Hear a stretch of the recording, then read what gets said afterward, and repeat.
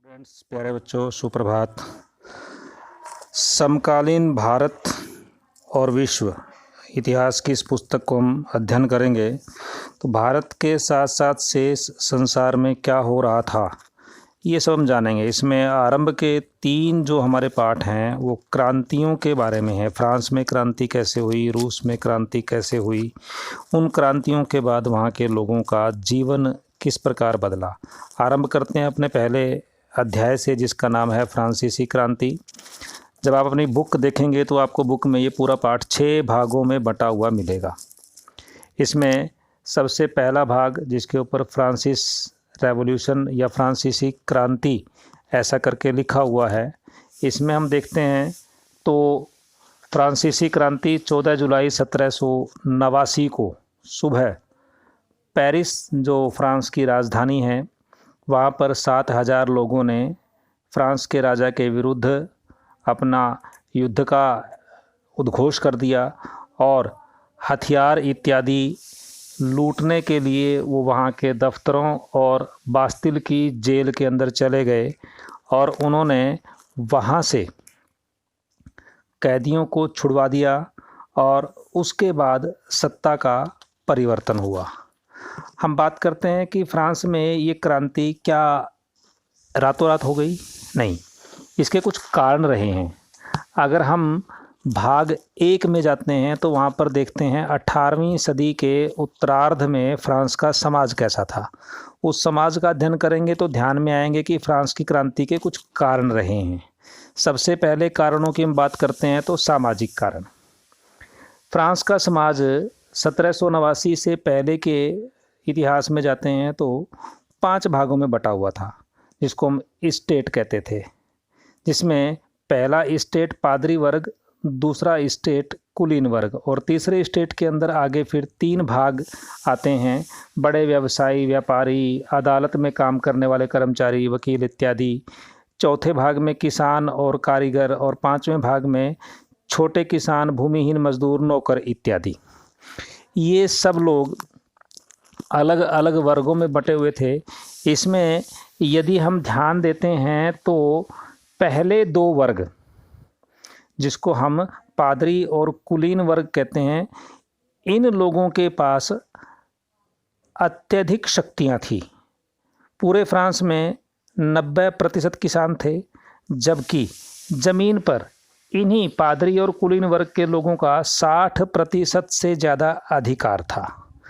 किसानों को 2 प्रकार के कर देने होते थे, जिनको हम टाइद, धार्मिक कर जो सीधा चर्च के पास, पादरियों के पास जाता था, और टाइल, जिसको प्रत्यक्ष कर कहते थे, वो सरकार लेती थी। यहाँ पर कुछ शब्द हमारे सामने आए हैं, उन शब्दों का अर्थ भी मैं बीच बीच में आपको बता रहा हूँ। आर्थिक कारणों की बात हम करते हैं तो आर्थिक कारणों में 1715 में फ्रांस की जनसंख्या 2.3 करोड़ थी, जो 1789 में 2.8 करोड़ हो गई। और इस सारे के बीच में फ्रांस में अनेक प्रकार के आर्थिक हालात वो दुष्कर भी हुए, जिसके कारणों से लोगों का जीवन यापन करना कठिन हो गया।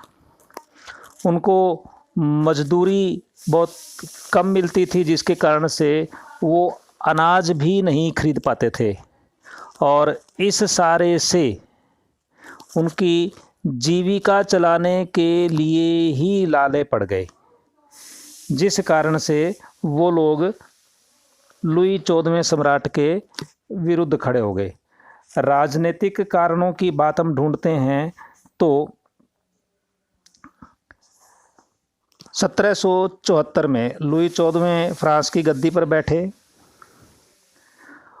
उस समय राज्यारोहण के समय राजकोष खाली था, क्योंकि लंबे समय तक युद्ध चलते रहे थे और फ्रांस के राजा ने अमेरिका के 13 उपनिवेशों को स्वतंत्र कराने के लिए ब्रिटेन से लगातार युद्ध किए, जिसके कारण से 10 अरब लिवरे फ्रांस की मुद्रा का नाम है, वो खर्च हो गया। जो पहले सरकार कर्ज में डूबी हुई थी, अब सरकार और ज़्यादा कर्ज हो गया, जिसके कारण से कर्जदाता अब 10% ब्याज की मांग करने लगे और दैनिक खर्च, सेना का रखरखाव, सरकारी कार्यालयों का खर्च, विश्वविद्यालयों को चलाने के लिए खर्च, इस सारे के लिए टैक्सों में वृद्धि करनी पड़ी। राजनीतिक कारणों के, आर्थिक कारणों के और सामाजिक कारणों के फलस्वरूप फ्रांस की क्रांति के कुछ आधार तैयार हुए। इसी बीच में एक नया वर्ग फ्रांस के अंदर उदय हुआ जिसको हम मध्य वर्ग कहते हैं। पहले भाग के तीसरे सब पार्ट में, उपभाग में हम ये देखते हैं। ये मध्य वर्ग कौन था? ये मध्य वर्ग वो था जिसने समुद्र के व्यापार के माध्यम से ऊनी रेशमी वस्तुओं के उत्पादन के बल पर संपत्ति अर्जित की। इन्हीं वस्तुओं का निर्यात किया जाता था। समृद्ध लोग या उसे खरीद लेते थे और सौदागरों और निर्माताओं के अलावा प्रशासनिक सेवा के वकील, पेशेवर लोग, ये इस वर्ग में शामिल थे। ये सभी पढ़े लिखे थे, जिसके कारण से समाज में हो रहे परिवर्तनों को ये पुस्तकों के माध्यम से जान लेते थे। उस समय जो अनेक क्रांति के लिए आवश्यक जागरूकता के विचार थे, 3 प्रकार के लेखक उस समय सामने आते हैं: जॉन लॉक, जॉक और रूसो। इसमें जॉन लॉक ने अपनी पुस्तक द ट्रीटाइजेस ऑफ गवर्नमेंट में राजा के दैवी और निरंकुश अधिकारों के सिद्धांत का खंडन किया। रूसो ने इसी विचार को आगे बढ़ाते हुए जनता और उसके प्रतिनिधियों के बीच एक सामाजिक अनुबंध पर आधारित सरकार का प्रस्ताव रखा। और दालाज ने, जॉन ने अपनी पुस्तक the spirit of the laws, उसमें सरकार के अंदर विधायिका, कार्यपालिका और न्यायपालिका के बीच सत्ता के विभाजन की बात की। और इन्हीं आधारों पर संयुक्त राज्य अमेरिका के जो 13 उपनिवेश ब्रिटेन से आज़ाद हुए थे, वहाँ पर भी ऐसी ही सरकारें बनी। फ्रांस के पॉलिटिकल लीडर्स ने, राजनीतिक चिंतकों ने अमेरिका के संविधान में दी गई अधिकारों और शक्तियों को फ्रांस में भी लागू करने के प्रयास किए। इसी समय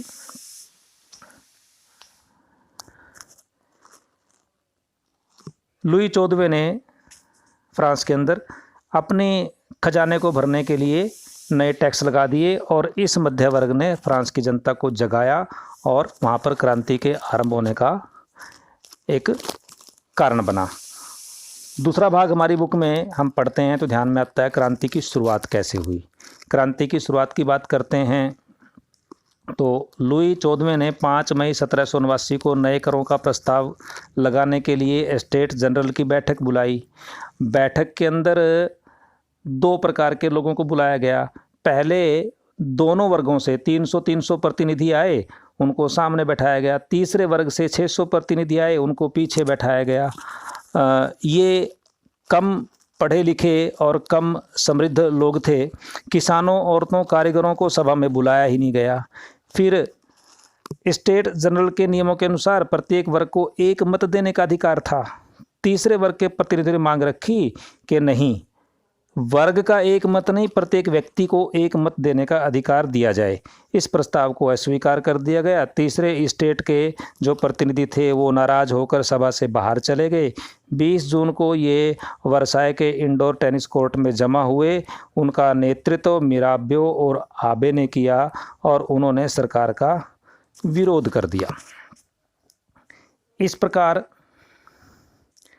अपनी विद्रोही जनता की शक्ति से डर कर लुई 14वें ने नेशनल असेंबली को ये मान्यता दे दी और कहा कि अब संविधान के अनुसार ही शासन चलेगा। 4 अगस्त 1789 की रात को आदेश पारित कर दिया गया। इसके बाद हम आगे देखते हैं कि फ्रांस किस प्रकार से एक संवैधानिक राजतंत्र बन गया। वहाँ पर न्यायपालिका, कार्यपालिका, विधायिका, ये सब वहाँ पर विभिन्न आधार पर शक्तियों का आवंटन हो गया और ये हुआ 1791 में। सम्राट की शक्तियाँ सीमित हो गई और ये सारा का सारा आप चित्र देखेंगे, चित्र 7वां है, उसमें आपको ये सारा दिखाई देगा। उसमें फ्रांस की जनता को 2 भागों में बांटा गया, सक्रिय और निष्क्रिय। 25 वर्ष से अधिक आयु के केवल पुरुषों को सक्रिय नागरिक माना गया जिनको वोट देने का अधिकार था। और वो 3 दिन की अपनी मजदूरी के बराबर का टैक्स चुकाते हों। महिलाओं को वोट देने का अधिकार नहीं था।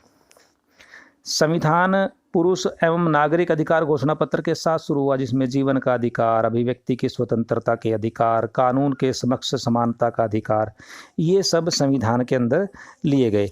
आगे चलकर आप देखेंगे कि इस प्रकार से भारत के संविधान के अंदर भी इन्हीं बातों को महत्व दिया गया।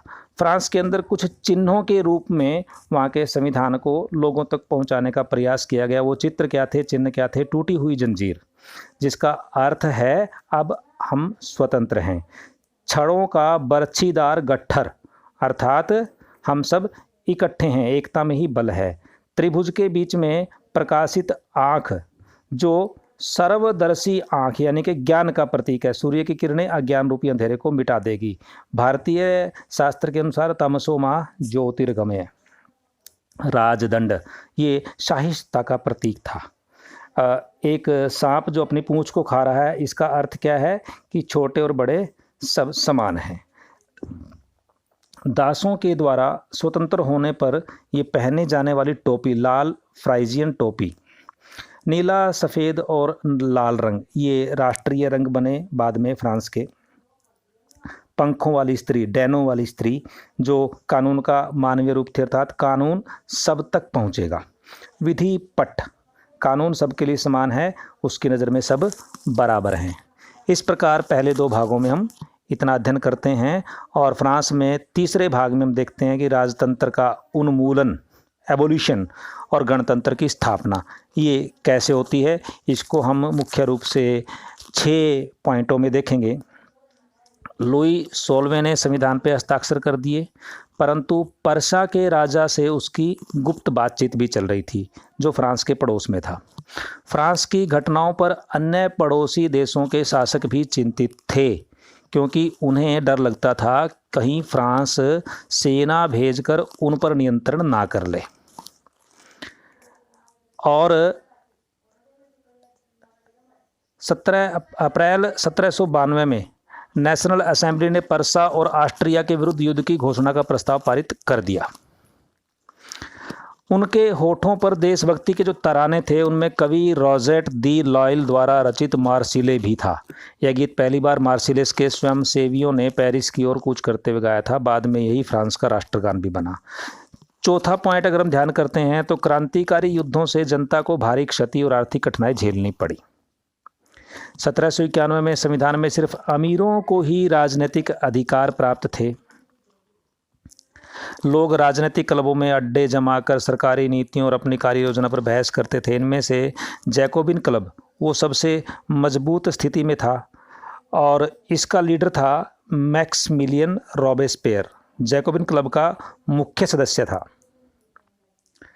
इनका काम था, समाज में कम समृद्ध हिस्से से ये लोग आते थे। छोटे दुकानदार और कारीगर थे, जैसे जूता बनाने वाले, पेस्ट्री बनाने वाले, घड़ी साज छपाई करने वाले, नौकर व दिहाड़ी मजदूर इसमें शामिल थे। इसके अतिरिक्त हम ध्यान करते हैं कि ये नवनिर्वाचित असेंबली को कन्वेंशन का नाम दिया गया, जैसे हमारे यहाँ पर संसद कहते हैं। 21 सितंबर 1792 को इसने राजतंत्र का अंत कर दिया और फ्रांस को एक गणतंत्र घोषित किया। जैसा कि आप जानते हैं, गणतंत्र सरकार का वह रूप जहाँ सरकार एवं उसका प्रमुख का चुनाव जनता करती है। उसके बाद हम देखते हैं कि जो आतंक का राज था फ्रांस के अंदर, रेन ऑफ टेरर, 3.1 भाग आपकी पुस्तक में आएगा, ये पृष्ठ क्रमांक 16 पर। 1793 से 1794 तक के काल को आतंक का युद्ध काल कहते हैं। रॉबेस्पियर ने नियंत्रण एवं दंड की सख्त नीति अपनाई। उसके हिसाब से दूसरा बिंदु अगर हम देखते हैं, गणतंत्र के जो भी शत्रु थे, कुलीन और पादरी, अन्य राजनीतिक दलों के सदस्य, उसकी कार्यशैली से असहमति रखने वाले पार्टी सदस्य, उन सभी पर गिरफ्तार करके मुकदमा चलाया गया, उनको जेलों में डाला गया, और जो दोषी पाए गए उन्हें गिलोटिन पर चढ़ाकर उनका सर उनके शरीर से काटकर अलग कर दिया गया। गोश्त और पाव रोटी की राशनिंग कर दी गई। किसान अपने अनाज शहरों में ले जाकर सरकार द्वारा तय कीमत बेचने के लिए मजबूर हुए। इस प्रकार से हम देखते हैं कि फ्रांस के अंदर जो आतंक का माहौल था वो बढ़ रहा था। डायरेक्टरी शासित फ्रांस, यहाँ पर हम देखेंगे कि फ्रांस किस प्रकार से शासित हो रहा था। नए संविधान के तहत संपत्ति विहीन तबके को मताधिकार से वंचित कर दिया गया था। पीछे हमने देखा केवल 25 वर्ष से ऊपर के पुरुषों को ही वोट देने का अधिकार था। लेकिन डायरेक्टर का झगड़ा अक्सर विधान परिषद से होता था, तब परिषद उन्हें बर्खास्त करने की चेष्टा करती थी। डायरेक्टरी की राजनीतिक अस्थिरता ने सैनिक तानाशाह नेपोलियन बोनापार्ट के उदय का मार्ग प्रशस्त कर दिया। यहाँ पर फ्रांस के अंदर एक नए नेतृत्व का उदय होता है। आगे महिलाओं के अंदर भी क्या क्रांति को लेकर कुछ काम फ्रांस में हुआ, देखते हैं।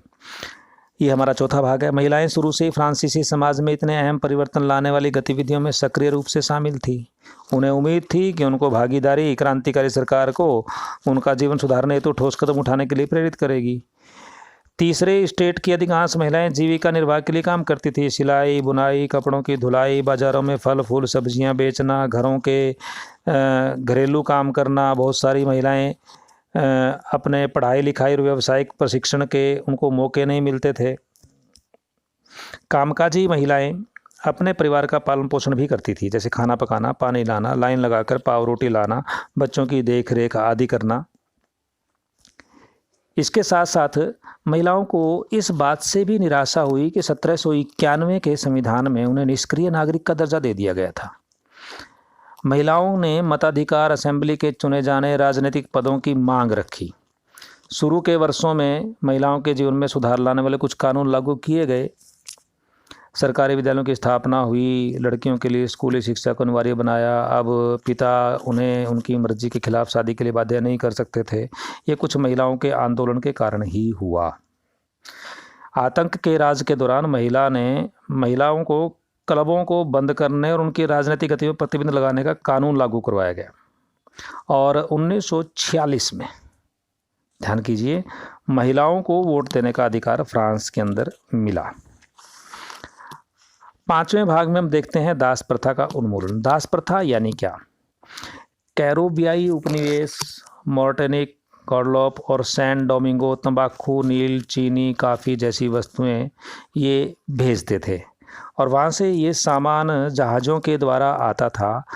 जहाज़ों में सामान को भरने के लिए समुद्री बंदरगाहों के किनारे पर सरदारों से अफ्रीकी नागरिकों को खरीद लिया जाता था। ये नागरिक मजदूर के रूप में इन व्यापारियों के लिए काम करते थे।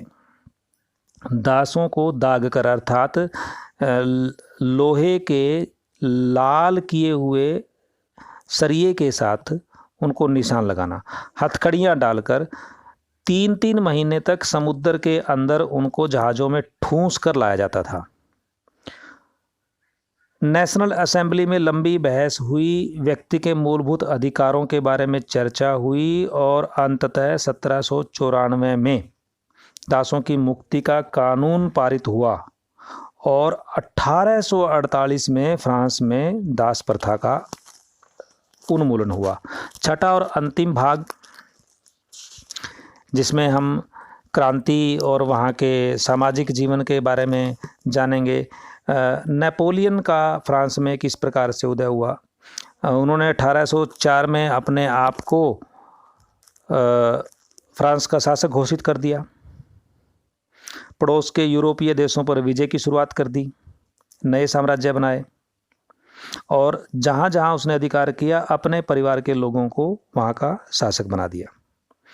नेपोलियन खुद को यूरोप के आधुनिकीकरण का अग्रदूत मानता था। उसने निजी संपत्ति की सुरक्षा के कानून बनाए, दशमलव पद्धति आधारित नाप तोल की समान प्रणाली चलाई। शुरू में लोगों को नेपोलियन मुक्तिदाता लगा, परंतु जल्द ही उनकी यह भ्रांति खत्म हो गई। आखिर 1815 में एक युद्ध के दौरान वाटरलू की लड़ाई में नेपोलियन की हार हुई। स्वतंत्रता और जनवादी अधिकारों की बात यदि हम करते हैं, फ्रांस की क्रांति से मिला क्या?